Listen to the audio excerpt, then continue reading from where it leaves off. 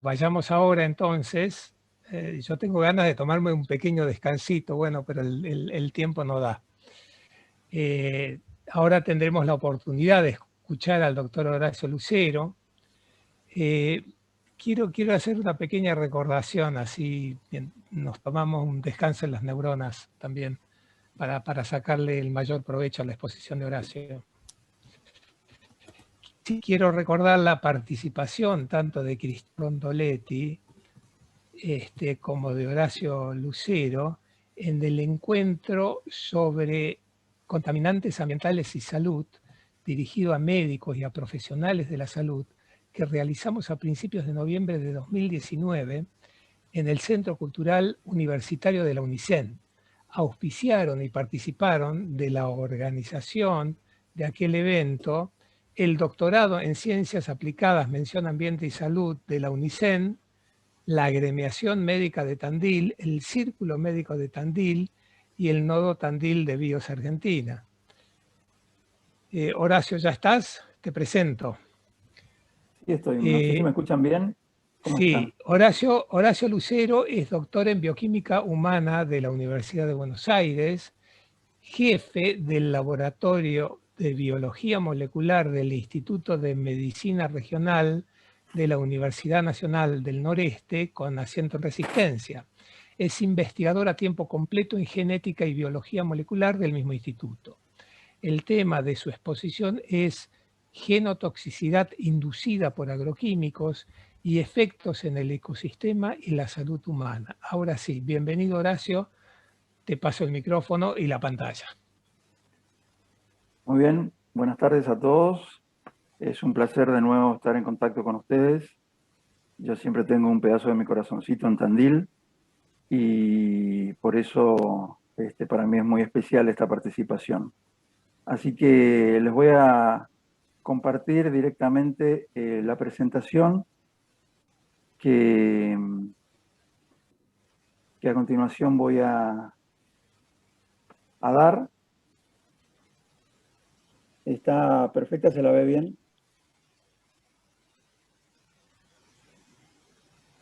Claudio, ¿se ve bien la presentación? Me parece que se podría agrandar un poco, no Ahí sé está, cómo la se ve ves, perfecto. Darío. Sí, ahí se ve perfecto. Sí, bien, bien, bien. Bueno, perfecto.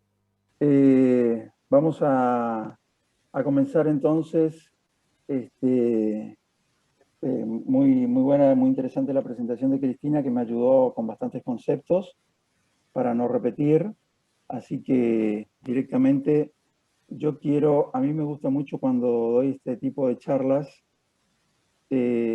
buscar un poco la información que hay del otro lado de las personas que defienden a rajatabla este modelo y que dicen que no tiene absolutamente ningún perjuicio esparcir esta cantidad de sustancias químicas en el ambiente sin que la naturaleza y el cuerpo humano lo pueda detectar y lo pueda de alguna manera rechazar, porque en muchos casos pasa eso con el organismo.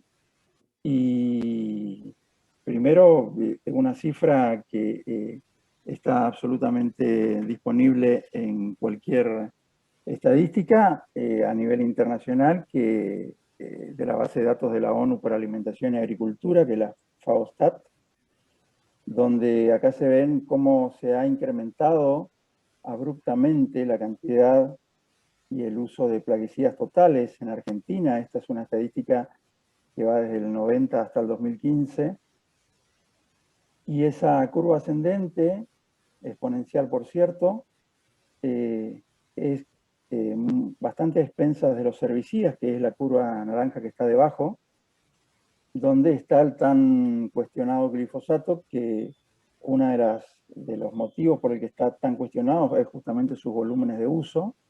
Y como bien decía Claudio anteriormente, todos los investigadores que se han puesto a buscar esto han encontrado glifosato en tejidos, en suelo y en aguas. Y eso es muy preocupante porque sabemos, hay mucha evidencia científica de qué es lo que está produciendo o podría producir a futuro no solo los herbicidas, sino los insecticidas y los organoclorados en particular, que tienen una altísima persistencia en el medio ambiente.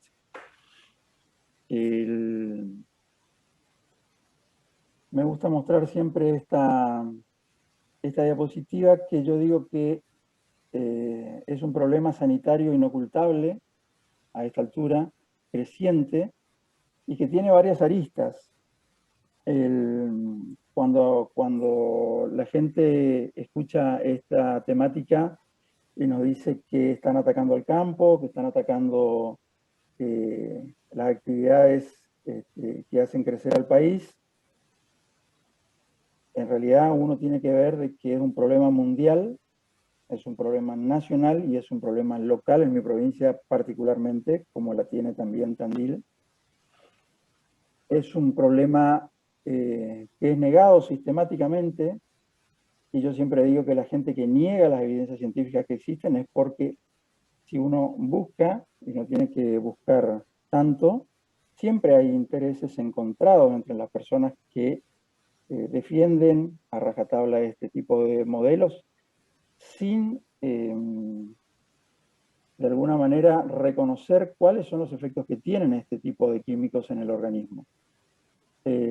Yo no digo de que nosotros tenemos que volver al siglo pasado con las actividades agropecuarias, hay que buscar un equilibrio que nos permanezca, de alguna manera nos permita a nosotros vivir en armonía con los sistemas de producción, dando a nuestra generación una salud que es la que nosotros merecemos tener los que vivimos actualmente y los que están por venir, porque, como bien dijeron, hay muchas evidencias científicas que están mostrando de que este es un problema transgeneracional que se puede transmitir a las generaciones venideras. Y yo no tengo ninguna duda que ellas mismas van a ser las que nos van a nosotros interpelar para ver qué fue lo que hicimos en este momento tan crítico de la humanidad, en el que estamos cargados de tantas sustancias químicas, no solo de este modelo agropecuario, sino también, como dijeron anteriormente, de toda esta carga química que nos está afectando. Esa evidencia científica es enorme, y obviamente para el que quiera y pueda leer literatura internacional, yo tengo toda la información que requieran. Si me la quieren solicitar, yo no tengo ningún problema y se las puedo pasar, pero hay evidencias científicas en especies centinelas que son, a mí me gusta contar que las especies centinelas son como los canarios de una mina que existía a principios del siglo en Gran Bretaña, donde cuando había una emisión de gases mortales en una mina de carbón, los primeros que se morían eran los canarios que llevaban los mismos mineros, para saber de que les quedaba muy poco tiempo a los humanos que estaban allí adentro y tenían que empezar a escaparse, porque si no se iban a morir ellos. Por eso se llaman especies centinelas. Las especies centinelas son, por ejemplo, las especies que viven en el agua, como los anfibios, y ahora van a ver algunas evidencias de investigadores que están trabajando hace muchísimos años estudiando las malformaciones que tienen estas especies centinelas, que nos están diciendo a nosotros cuáles son los problemas que podemos llegar a tener y que evidentemente de hecho ya los estamos encontrando en los humanos.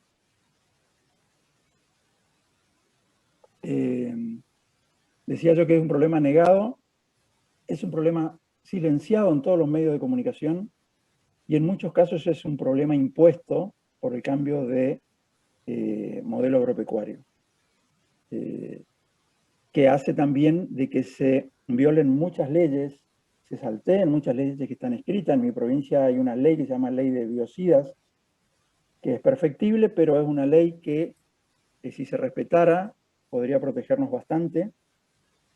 Sin embargo, hay velocidades de viento, por ejemplo, que no se respetan, que se tienen que respetar, porque si ustedes saben perfectamente bien de que si se llegan, eso lo vieron en la charla anterior, si se pulverizan estos productos con un viento determinado, la deriva es incontrolable, y eso de las buenas prácticas es bastante cuestionable también, porque si fuera tan autodirigido, y tan perfectamente monitoreado la aplicación, no tendrían que aparecer en todas las fuentes que están en la vecindad de estos campos y no tan en la vecindad también.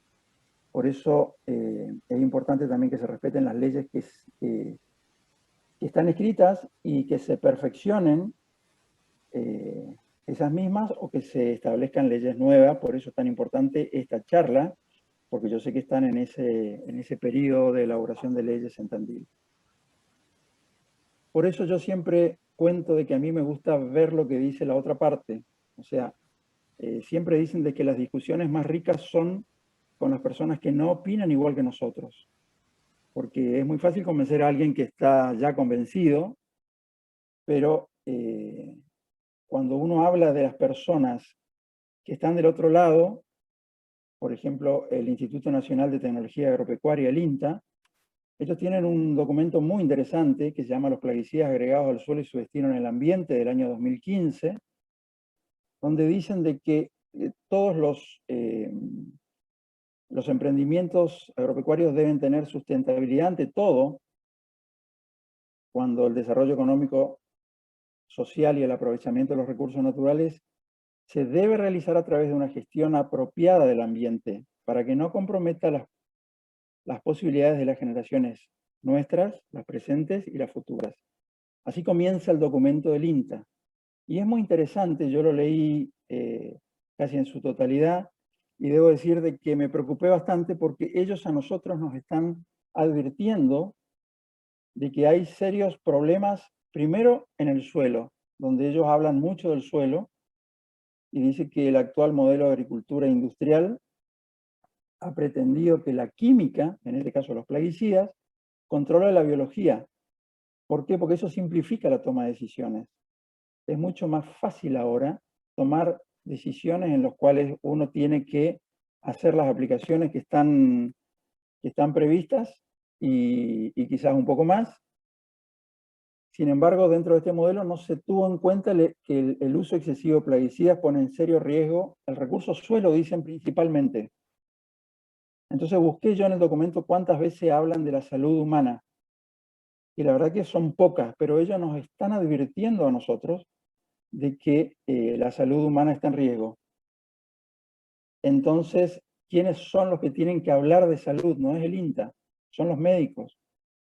Son los médicos y los investigadores que están haciendo su trabajo en los laboratorios y que están investigando esta temática.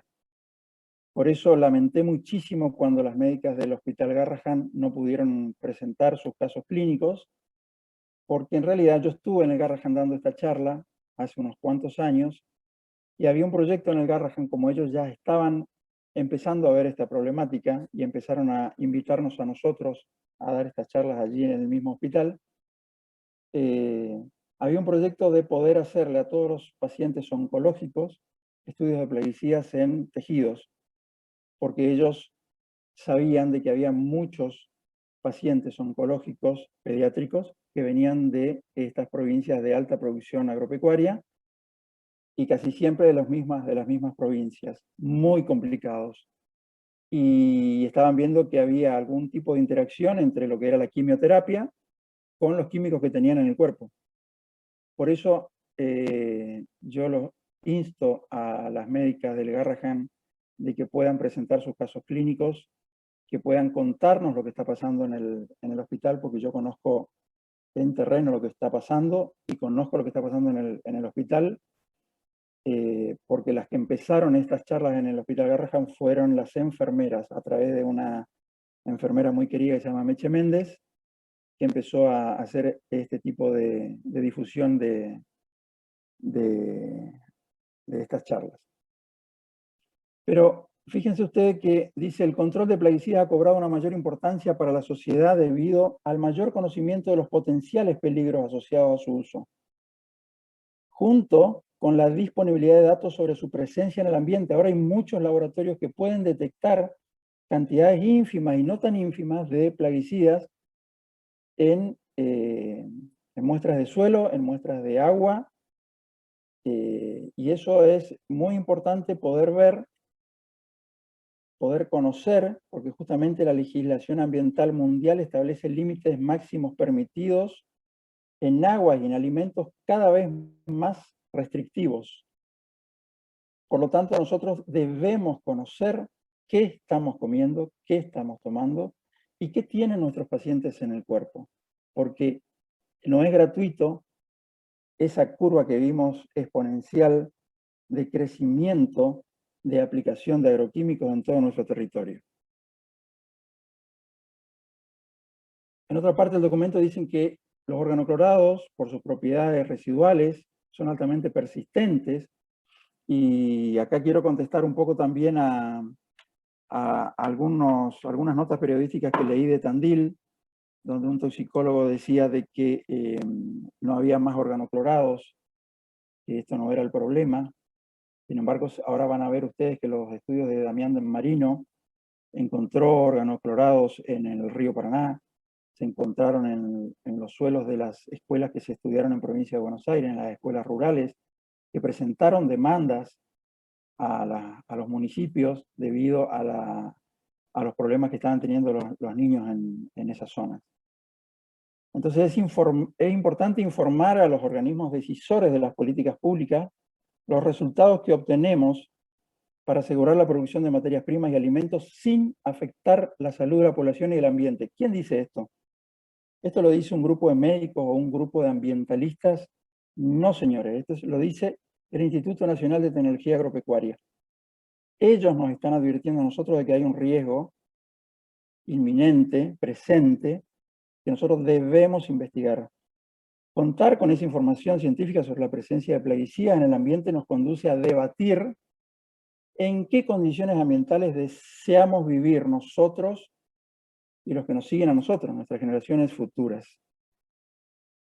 Esto no voy a hablar porque ya habló Claudio, pero sabemos de que hay estudios que han demostrado, hay varios estudios que han demostrado, por ejemplo, investigadores como Damián Marino de la Universidad Nacional de La Plata, que encontró varios plaguicidas en agua de lluvia, justamente por esta volatilización y el transporte por deriva que existe.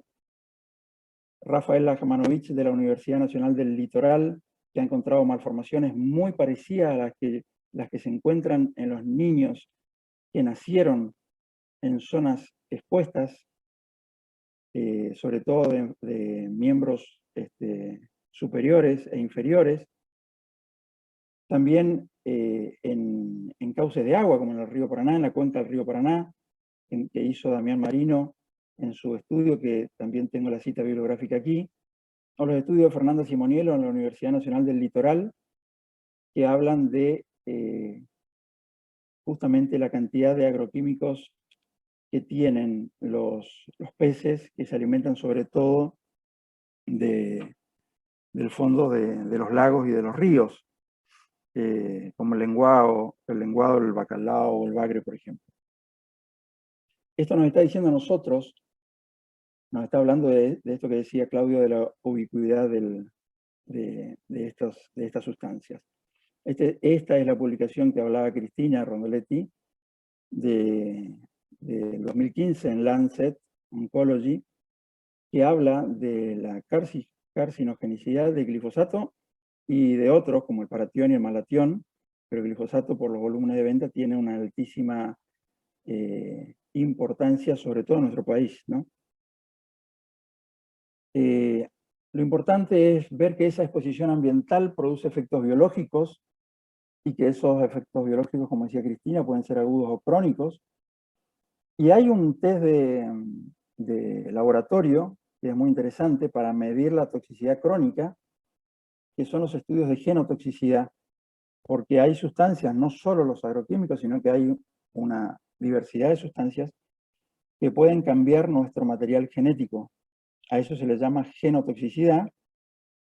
Lo importante es que esa exposición repetida a bajas dosis afecta todos los órganos de nuestro sistema corporal. Los individuos expuestos en el curso de su vida pueden aumentar las manifestaciones de enfermedades genéticas, aún en generaciones posteriores. Si se detectan, es posible tomar medidas para reducir la exposición. Esto es crucial Porque si nosotros llegamos a tener un laboratorio que pueda hacer estudios de genotoxicidad, que nos está demostrando a nosotros de que la población expuesta tiene altos niveles de aberraciones cromosómicas, como lo van a ver ahora en un estudio que yo hice, esto nos está diciendo a nosotros de que puede haber un problema oncológico a futuro.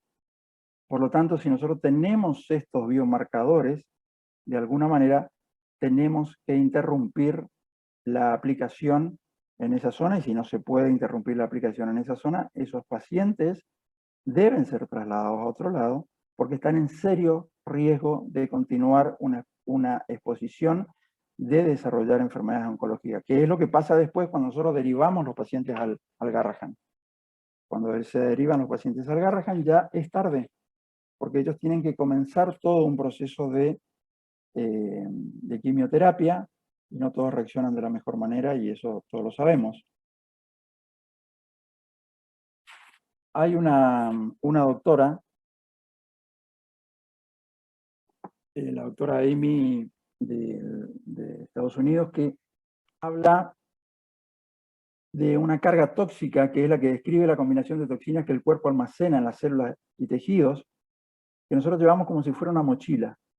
Hay muchos test en Estados Unidos que se están preocupando por medir toda la carga tóxica. Cuando uno los mide, puede saber a qué estuvo expuesto, incluso haciendo ese tipo de estudios en cabello. Es muy importante poder saber qué está pasando con algunos pacientes, por ejemplo, que están teniendo, ustedes saben de que hay un aumento muy significativo de algunas patologías neurodegenerativas, y también de otras patologías, como decía Cristina, de intolerancia al gluten. La humanidad ha comido por siglos gluten, y resulta que ahora hay 40% de la población que tiene intolerancia al gluten, y si no, tienen que recorrer el centro y van a ver la cantidad de comercios que hay ofreciendo alimentos libres de gluten. Lo mismo pasa en las góndolas de los supermercados. Entonces, ¿qué pasa ahora que hay una epidemia de intolerancia al gluten después de todo esto? Obviamente, ese cambio en el modelo de producción no es gratuito. Pero también esos factores que pueden venir de adentro también pueden ser factores endógenos, pero en este caso estamos hablando de factores medioambientales que vienen de afuera, que son factores exógenos. Pueden producir un daño genético, y ese daño genético, las células, eso es importante aclarar, tienen un mecanismo de chequeo y de reparación del ADN. Lo que ocurre es que cuando la persona está expuesta en forma crónica a este tipo de tóxicos medioambientales, esa maquinaria de reparación del ADN no da abasto y no le da el tiempo de poder reparar todos los daños que se han producido. Y de esa manera, la célula empieza a mutar. Entonces producen mutaciones que pueden ser en células somáticas, que son las del cuerpo, generando un cáncer.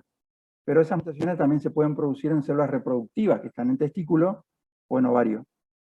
Si esas mutaciones se producen en células reproductivas, va a haber problemas reproductivos, como se está viendo. O sea, lo que nosotros estamos diciendo no es un relato. Eso quiero que entiendan, y que en realidad estamos metidos en un problema grave que tenemos que encontrar la solución entre todos, incluido con la gente del campo. Esto no es en contra de nadie, sino que es a favor de todos. Esto es importantísimo que lo veamos. Esos problemas reproductivos que se están viendo cada vez más en poblaciones jóvenes. Yo tengo muchos pacientes que van a hacerse estudios genéticos al laboratorio, son parejas jóvenes que han tenido 2, 3, 4 abortos a repetición, y no le encuentran, es sin causa aparente, no le encuentran causa. Lo que pasa es que si vos pensás en otras causas, puede ser, pero nadie piensa en que estas personas están viviendo en el medio del campo y están siendo reiteradamente expuestas a plaguicidas. Entonces, esto también se puede dar con enfermedades hereditarias, y lo peor de todo es lo que yo vi en un principio, que por eso me involucré en esta temática, que es la teratogénesis, que es la producción de malformaciones como decía Cristina, en ese periodo ventana de la formación de los embriones, justamente como hay un mecanismo de desenvoltura de la cadena de ADN y pierde su coraza proteica para poder replicarse, porque de una célula se tienen que formar millones de células de un embrión, allí los agentes medioambientales pueden producir alteraciones muy graves que van a llevar a malformaciones como las que yo he visto en el laboratorio. También estuve buscando este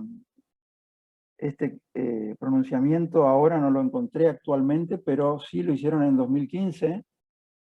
Espero que no lo hayan sacado por otro motivo, pero la Sociedad Argentina de Hemato-Oncología Pediátrica nos dice a nosotros que la violenta irrupción de la industrialización en la producción agrícola y minera ha generado cambios de gran envergadura a nivel cultural, social y medioambiental, y no disponemos de ninguna evaluación prospectiva para el mediano y largo plazo.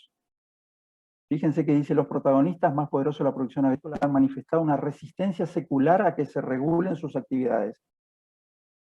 También se resisten a que se les cuestione el uso masivo de agrotóxicos sin el menor cuidado por el entorno y la salud de sus semejantes. Arriba dice finalmente, si llegamos a un aumento estadístico en la epidemiología del cáncer va a ser demasiado tarde, que es lo que estamos viendo ahora. Bueno, esta es cualquier sustancia que pueda alterar el ADN, va a tener efectos diversos según el periodo embrionario en el que actúa. Si actúa durante las 2 primeras semanas, el embrión se va a perder, produciendo un aborto espontáneo, siendo muy pequeño el embrión. Yo tengo muchos pacientes, y los tengo documentados, los tengo en estadísticas, que han perdido embriones tempranos y viven en zonas muy complicadas, donde no pueden de ninguna manera evadirse de la altísima exposición a químicos que tienen todo el año. Pero también puede alterar el sistema nervioso central, puede alterar la morfología cardíaca, los miembros superiores, los ojos, los miembros inferiores, y después las malformaciones menores que pueden ser cuando este factor medioambiental ya incide en el periodo fetal, digamos, cuando está terminando el embarazo, puede haber alteraciones menores como paladar hendido y labio leporino, por ejemplo, y alteraciones en los genitales. Yo fui haciendo una estadística porque los pacientes venían a mi laboratorio a hacerse estudios de cariotipo. Los estudios de cariotipo son para ver los cromosomas, porque hay muchas malformaciones que tienen anomalías en los cromosomas. Todos estos pacientes tenían cromosomas normales, sin embargo, tenían serias malformaciones. Y fundamentalmente el caso 5, que es al final de esta columna, donde tenía una focomelia bilateral, quiere decir que le faltaban los 2 brazos, y tenía una mano en pinza de cangrejo, se llama, que es una alteración muy severa de la formación de los dedos. Más un fémur izquierdo más corto.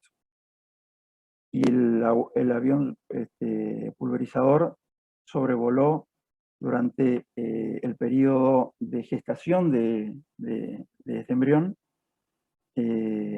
Obviamente, yo lo que no podía hacer, acá hay más casos, pero lo que yo no podía hacer era tener un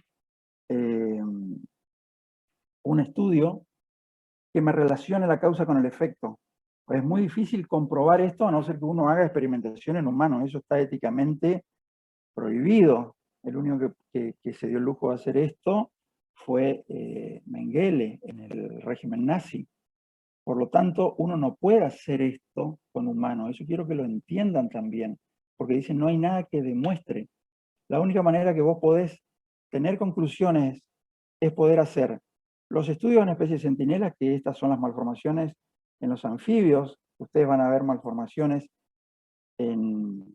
justamente en los miembros superiores o malformaciones craneales, de estudios publicados por el investigador Rafael Lajmanovich, de la Universidad Nacional del Litoral, que es el que más experiencia tiene en esto en Argentina, pero también están los estudios pioneros de Andrés Carrasco, donde él, como venía escuchando todo esto, y él hacía embriología, se puso a hacer estudios en embriones de anfibios, y pudo detectar que agregándole al medio de cultivo cantidades ínfimas, que son 40 veces menor a lo que se usa en la producción, obtenía malformaciones bastante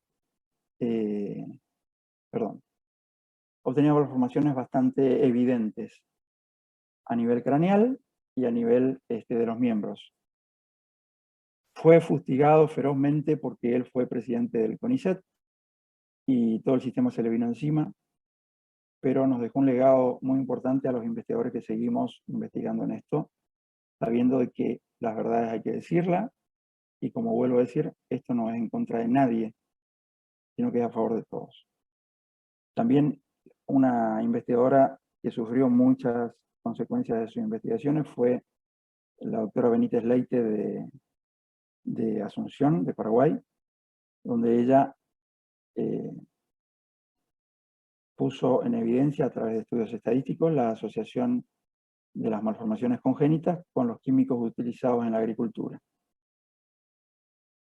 Pero yo me quiero hacer foco en los estudios de genotoxicidad. Los estudios de genotoxicidad se utilizan hace muchos años para evaluar la seguridad de los productos farmacéuticos, cosméticos y los empleados en el sistema agroalimentario, por ejemplo.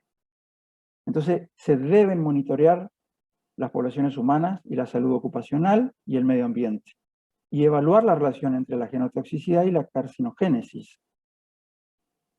Hay estudios pioneros de Delia Yaza en la Universidad Nacional de Río Cuarto, donde fuimos a formarnos nosotros para poder hacer esos estudios, que son de micronúcleos y aberraciones cromosómicas, donde uno ve de que cuando la célula se divide, en vez de haber dos núcleos, hay dos núcleos grandes y uno más pequeño, se llaman micronúcleos, y los tiene que contar en 1000 células, y cuando hace un cultivo celular y ve cromosomas, ve rupturas cromosómicas que nos están hablando a nosotros de inestabilidad genética.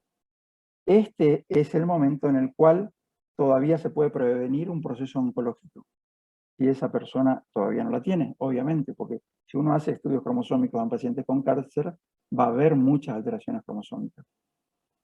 Por lo tanto, así me puse a trabajar yo y hicimos un trabajo en el 2019 que ganó un premio en un congreso de bioquímicos, CUBRA 2019, que se hizo acá en el Chaco, donde estimamos el daño genético por micronúcleos y aberraciones cromosómicas, que son dos biomarcadores que se utilizan para ver alteraciones genéticas en población expuesta.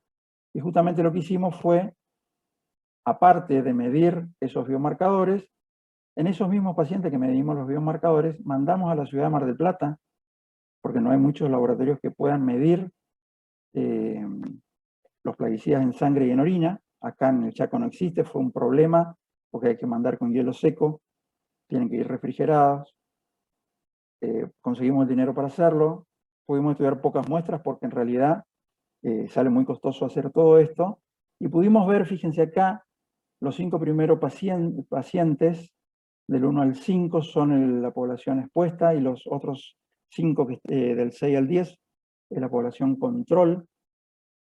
Cosa que nos llamaron la atención, por ejemplo, fue que en todos los pacientes de la población control, que eran personas sanas que no vivían en el campo, que nunca vivieron en el campo, y que no eran fumadoras, había una sola que era fumadora, que era la 9, ellos todos se les encontró glifosato y AMPA, que es un metabolito del glifosato, en orina.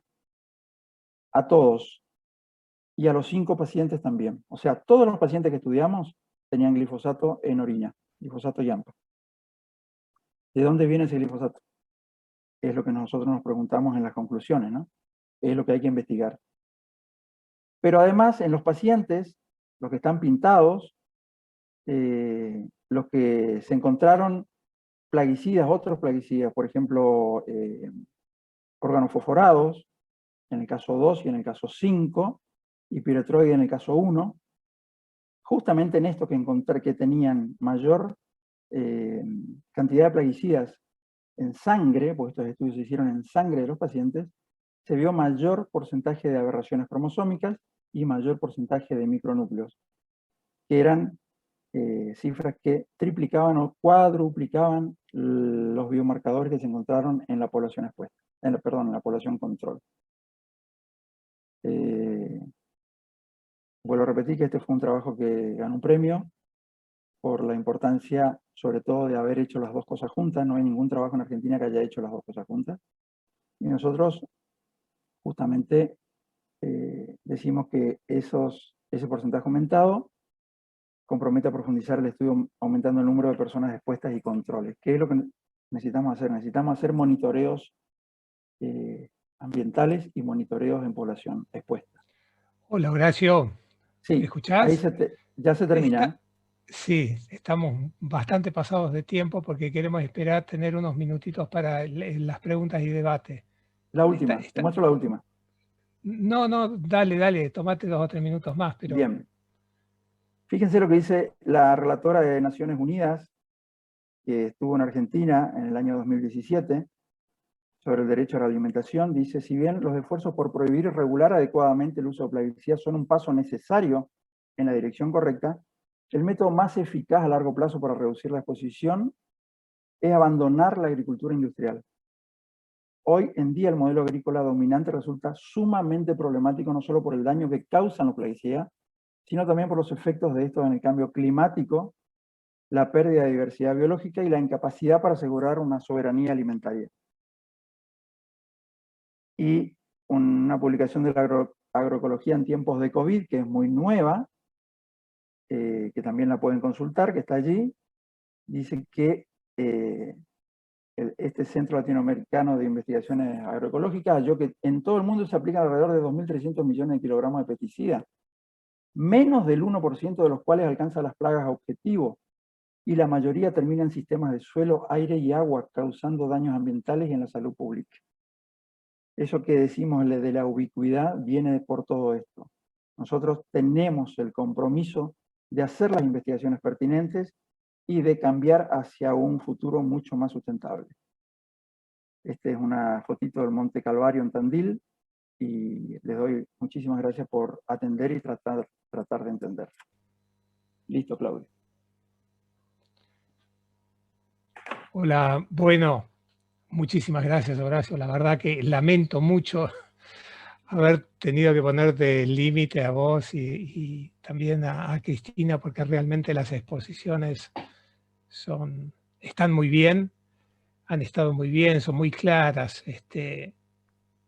Recordábamos, ¿no?, que esto que vos decís, solamente el 1% de los plaguicidas llegan al blanco, ¿no? Llegan al objetivo. Eso quiere decir que el 99% deriva, ¿no? Y se encuentra en todos los lugares estos que vos nos relatabas.